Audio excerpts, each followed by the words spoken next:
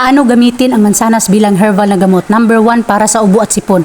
Ang mansanas ay mayaman sa vitamin C at antioxidants na nakatulong sa pagpalakas ng immune system at paglaban sa impeksyon. Ang pagkain ng hilaw na mansanas o pag-inom ng katas nito ay maaaring makapagbigay ng ginhawa sa ubo at sipon.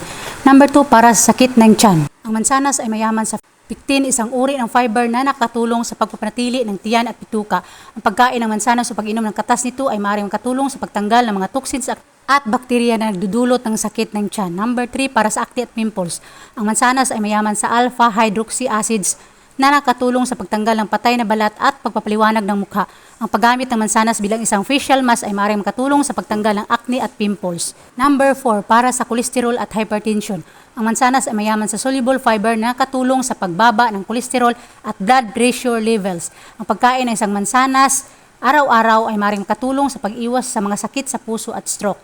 Number 5, para sa anemia at pagod. Ang mansanas ay mayaman sa iron na nakatulong sa paggawa ng red blood cells at oxygen transport.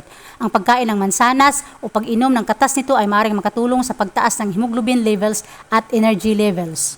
Maaari ka ring gumawa ng isang smoothie mula sa saging, mansanas, gatas, honey at oatmeal. I-blend ito hanggang maging malapot at inumin ito tuwing umaga para sa dagdag na lakas. Ito lamang ang ilan sa mga paraan ng paggamit ng mansanas bilang isang herbal na gamot. Thanks for watching. God bless.